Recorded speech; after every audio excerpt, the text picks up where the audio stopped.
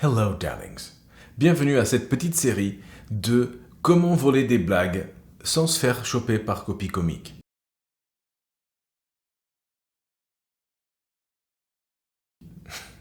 Bon, j'avoue, ne vole pas de blagues s'il te plaît. C'était le titre de cette série. C'est un peu pour te motiver à cliquer, pour voir la vidéo. Mais ne fais pas ça. Mais si tu arrives à voler des blagues de façon tellement bien que tu ne te ferais pas choper par copie comique, ça voudrait dire que tu as une maîtrise telle de la structure de la blague et de comment ça fonctionne que tu n'auras pas besoin de voler, tu peux créer tes propres blagues. C'est ça le truc. C'est pas... Mais disons que les vidéos dans cette playlist servent à comprendre mieux la structure des blagues. Ok? Donc cette intro est un petit peu pour t'expliquer quels sont les points que je vais aborder dans les autres vidéos pour t'aider à voler des blagues sans te faire choper par copie comique. Mais bon, copie comique, depuis 2019, je pense qu'ils l'ont eu, hein. Ils l'ont tué parce qu'il n'y a plus rien. Voilà. Mais je vais prendre quelques exemples de copie comique et comment on peut transformer les blagues de façon à ce que tu puisses, je dirais pas aller voler des blagues à d'autres humoristes, mais quand tu vois quelque chose, que ce soit aux infos, dans ta vie, des épisodes, des trucs qui sont rigolos, et que tu comprends la structure générale de cet événement, de cette blague potentielle, après tu peux en créer d'autres et faire des trucs qui sont très sympas. Ok? Est-ce que tu es prêt? Si t'es pas parti regarder des chatons qui chantent, c'est cool. Alors, quand on voit une blague, et je parle là d'une unité, une seule blague. Je ne parle pas d'aller d'un sketch ou d'un truc plus large. Parce que c'est blague par blague, mot par mot que ça se passe dans la création, dans l'écriture au moins de stand-up. Donc, déjà, on va comprendre, il y a plusieurs choses qu'on doit se poser comme question pour comprendre une blague. D'abord, quelle est la prémisse de cette blague? Quel est le sous-texte de cette blague? Quel est le mécanisme qui fait que la blague est une blague? Donc, quelle est la structure de cette blague? Quel est le setup de cette blague? Quel est le punchline de cette blague? Et quelle est la supposition du public que cette punchline et la révélation dans cette punchline vient briser. Okay? Donc, une fois qu'on a identifié tout ça, on peut poser des questions. On va poser des questions à la blague. On va voir, ok, bon, si c'est cette prémisse, est-ce que je peux créer une blague qui part de la même prémisse si je suis d'accord avec ça, avec le sous-texte de l'humoriste qui a fait la blague? Est-ce que je peux, ou est-ce qu'il y a d'autres blagues là-dedans? Parce que je peux avoir vécu des choses similaires. Je vais prendre pour exemple une blague que je suis tombé sur on m'a envoyé une vidéo copie comique de Mathieu Madénian qui fait la même blague, et on va prendre cet exemple ici dans cette vidéo. C'est la blague les agents immobiliers qui te disent que c'est petit, l'appart ou la maison qu'ils essaient de te vendre, c'est tout petit, mais il y a de l'auteur sous plafond et qu'ils utilisent ça comme argument pour vendre. Donc, il y a une image d'une fille qui fait, c'est assez flou, qui fait ça au Paname et dit oui, mais l'auteur sous plafond, je m'en fous parce que je veux pas faire de trampoline. Et là, donc ça fait rire, ok. Et après, la vidéo de Mathieu Madénian qui fait la même blague. Bon, si la copie ou pas, on s'en fout. Notamment avec les petits apparts, voilà, je ne supporte pas, je trouve que l'agent immobilier se fout de notre gueule quand il nous fait visiter un appart. Mais il est là. Alors voilà, on est sur 15 mètres carrés au sol. Ben ouais, pourquoi t'as fait d'autres calculs, hein? Et après, il dit, attention, point positif, on a une superbe hauteur sous plafond. Mais on s'en branle de l'hauteur sous plafond? Je compte pas foutre un trampoline au milieu de la pièce, hein. En fait, quand je l'ai loué, je me suis fait niquer par la belle hauteur sous plafond. Tu sais, le truc qu'on te vend quand tout est pourri. Je lui avais dit à la femme de l'agence, écoutez, c'est petit, 20 mètres carrés. Elle fait, c'est petit, mais vous avez une belle hauteur sous plafond. Qu'est-ce que je m'en bats les couilles? J'ai pas de chauve-souris. Qu'est-ce que je fais avec ça? Je fais pas de trampoline, tu vois? Le fait est que il a utilisé les mêmes mots, genre hauteur sous plafond et trampoline, pour faire cette blague. Donc, le sous-texte de cette blague serait quoi? Serait que les agents immobiliers sont prêts à tout pour vendre une maison. Ou ils vont te donner des détails qui sont des détails de merde, qui ne t'intéressent pas, pour compenser le vrai problème ou les problèmes de la maison, de l'appart qu'ils essaient de te vendre ou de te louer, etc. Donc, une fois qu'on a ça, bon, est-ce que déjà, première étape, on pose des questions. Avec cette prémisse, est-ce qu'il y a d'autres choses que l'on peut utiliser? On a ça, ils disent hauteur sous plafond, les trucs genre c'est coquet, donc il y a déjà beaucoup de gens qui ont fait ça. Et c'est normal d'avoir plein de blagues sur le même sujet parce que tout le monde habite quelque part. Et très souvent, on a affaire à soit des agents immobiliers à un moment ou à un autre dans la vie, soit à des proprios, soit à des vendeurs de maisons, soit à des notaires, sauf si tu n'as pas affaire à ces gens-là parce que tu vis chez tes parents toute ta vie. Bon, c'est pas le propos. Mais qu'est-ce qu'ils vont te dire? Si un appart est très petit, il va te dire oui, tout est à portée de main.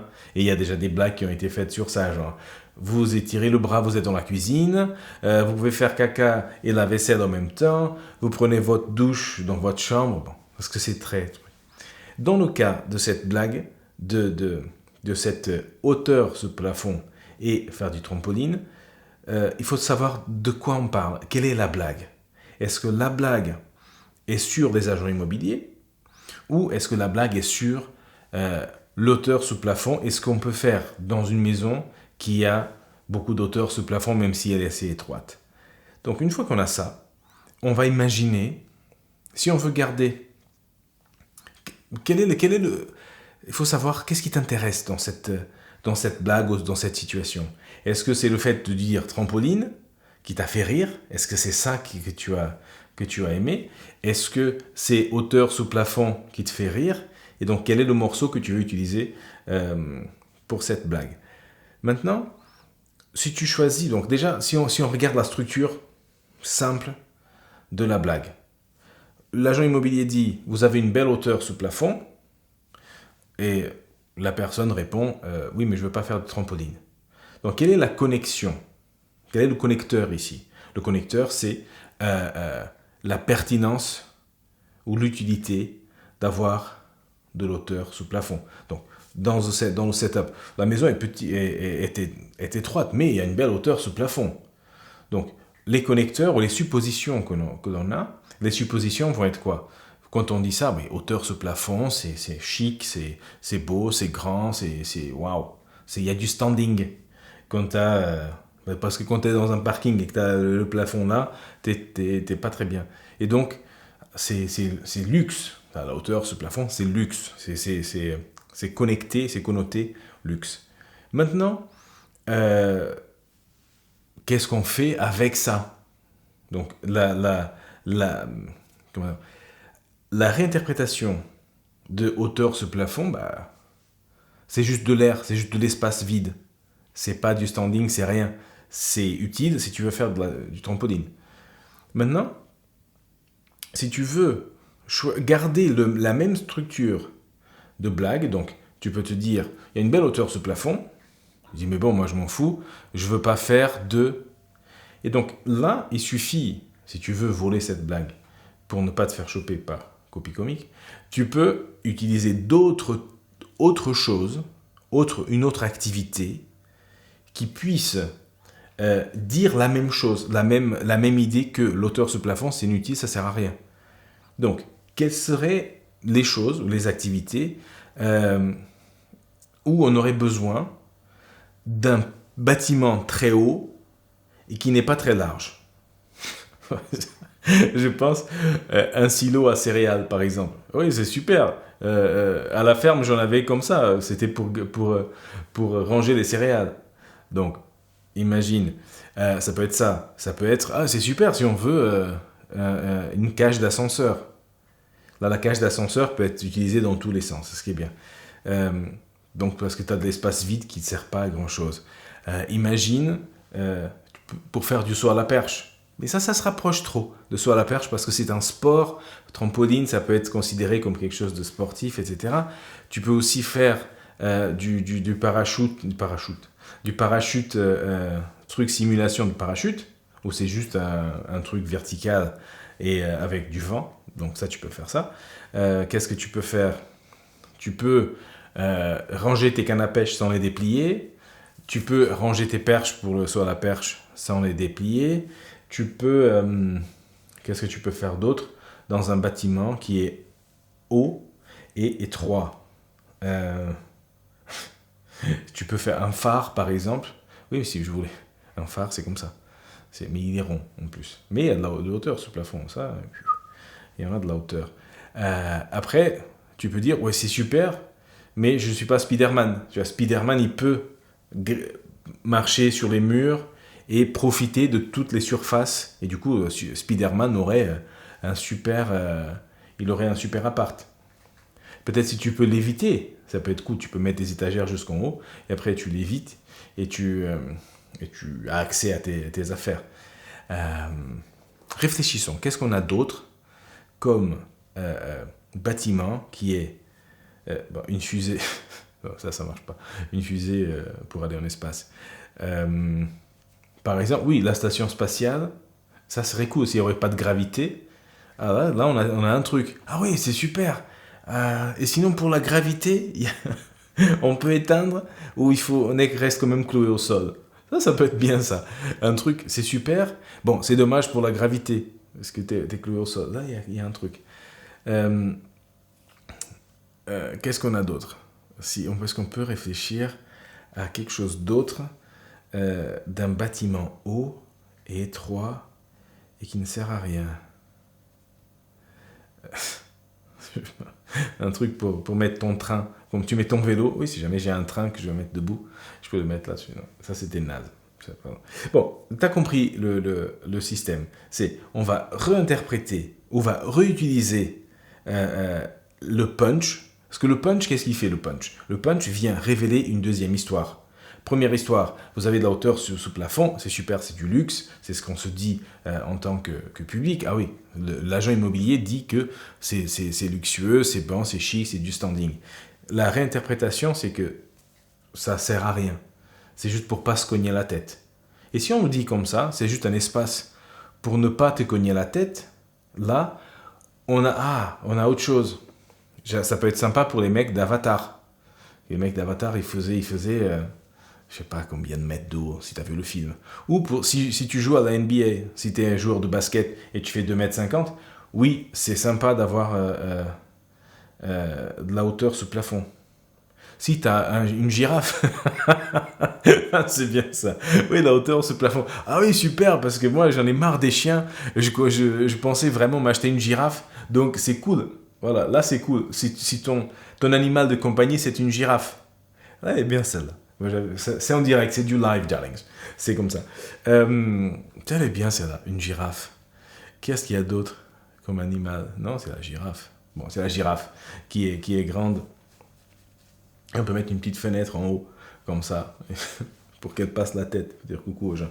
Bon, une girafe. Ça, c'est très bien. Note. Et voilà, tu peux la chourer, c'est pas grave, c'est offert, c'est plaisir. Donc, voilà, donc c'est l'esprit de la vanne, c'était quoi? C'était un espace haut où tu peux réinterpréter pour faire autre chose. Après, il y a d'autres façons d'adapter ou de s'inspirer d'une blague. Mais c'est connaître les mécanismes. Une fois que tu connais le mécanisme de ce qui fait la blague et ce qu'elle a fait marcher, et petit secret, ce n'est pas la blague, c'est les blagues. Ce sont toutes les blagues qui traînent de tous les humoristes. Elles ont de la structure. Et si tu apprends la structure, tu peux adapter n'importe quoi en blague. Hey, ça c'est super. Il suffit qu'il y ait une opinion négative. Parce que c'est vrai, je suis beau gosse, machin, ça marche pas. Mais si tu comprends, déjà, comment on peut changer? Parce qu'une fois qu'on sait quel est le jus de cette blague, quels sont les mots qui font que la blague fonctionne ou pas, tu peux les adapter, tu peux les changer, et tu peux te retrouver en partant d'une seule blague, avec une dizaine de blagues différentes. Et toujours en posant des questions. Donc, on récapitule avant de passer à des vidéos ou avec des vrais exemples. Ça, c'était un vrai exemple, mais c'était juste pour comme ça. Donc, on pose la question, quelle est la prémisse de la blague? Quel est le sous-texte de la blague? Parce que tu vas voir, ça va être compliqué. Mais vite fait, tu vas avoir une prémisse de setup, une prémisse de punch, une prémisse en général pour un sketch et un sous-texte. Bon. Le sous-texte, c'est quoi? Les agents immobiliers sont prêts à tout, ou te racontent n'importe quoi pour te vendre ou pour te louer une maison, un appart. Leur intérêt est le leur et le tien, c'est le tien. Ils ne sont pas tes intérêts en tête, ils ont les leurs.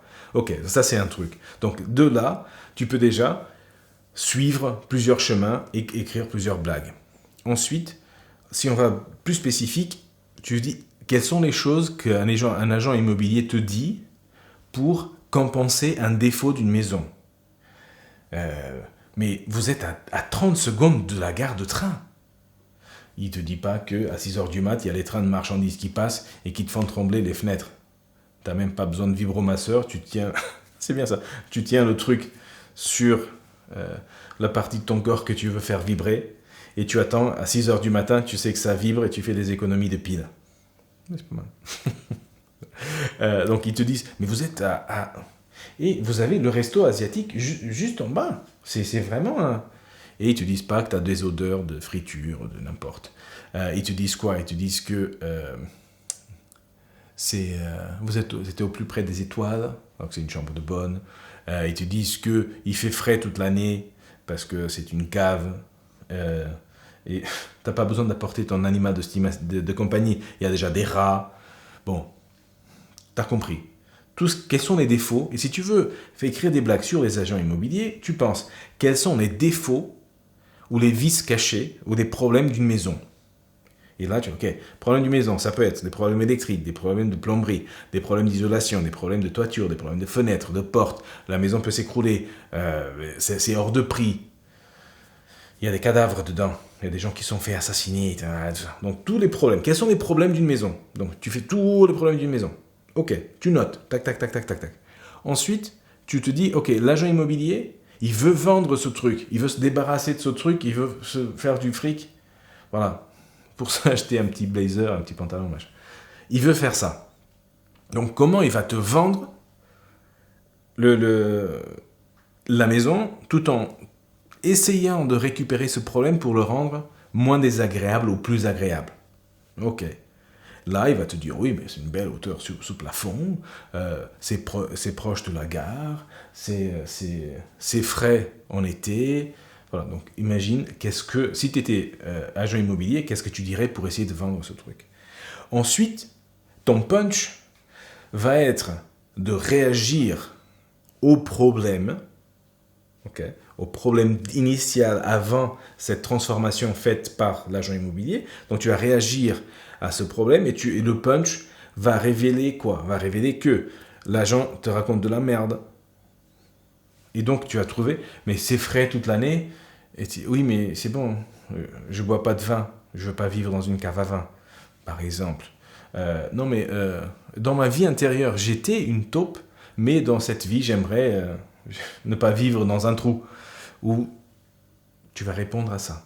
Okay? Et tu vas répondre de plusieurs façons différentes pour juste révéler au public que tu sais qu'il te raconte de la merde et que tu n'es pas d'accord. Après, selon ton sens de l'humour à toi, tu vas choisir qu'est-ce qui te fait rire, ce qui te fait rire toi. Et soit tu pars dans un sens, soit dans un autre, mais tu as compris le système. Et encore, si tu veux voler, entre guillemets, cette blague encore plus, bah, tu vas dire, ok, tu as un problème, un vendeur qui essaye de revendre ou de dissimuler ce problème et te le vendre comme un avantage, et tu as ta réaction. Et là, tu as les vendeurs. Qu'est-ce que les vendeurs, les commerciaux, qu'est-ce qu'ils vendent?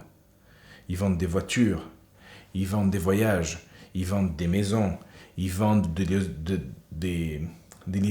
l'isolation pour la maison, ils te vendent des téléphones. Bon, ça tu vas plutôt l'acheter, mais quand tu penses au métier de la vente, où les gens viennent des fringues, oui, vous savez que la mode maintenant c'est d'avoir un seul sein de caché. et un seul sein exposé, je sais pas, tu choisis. Et une fois que tu choisis, tu as compris le mécanisme. C'est problème, vendeur, avantage fictif, réaction. Et maintenant, éclate-toi. Et ça, si tu maîtrises ça, ta blague va être tellement différente de la blague originale que ta blague sera une blague originale. Originale. Allez, ciao, ciao. Original, c'est bien ça. Allez, salut.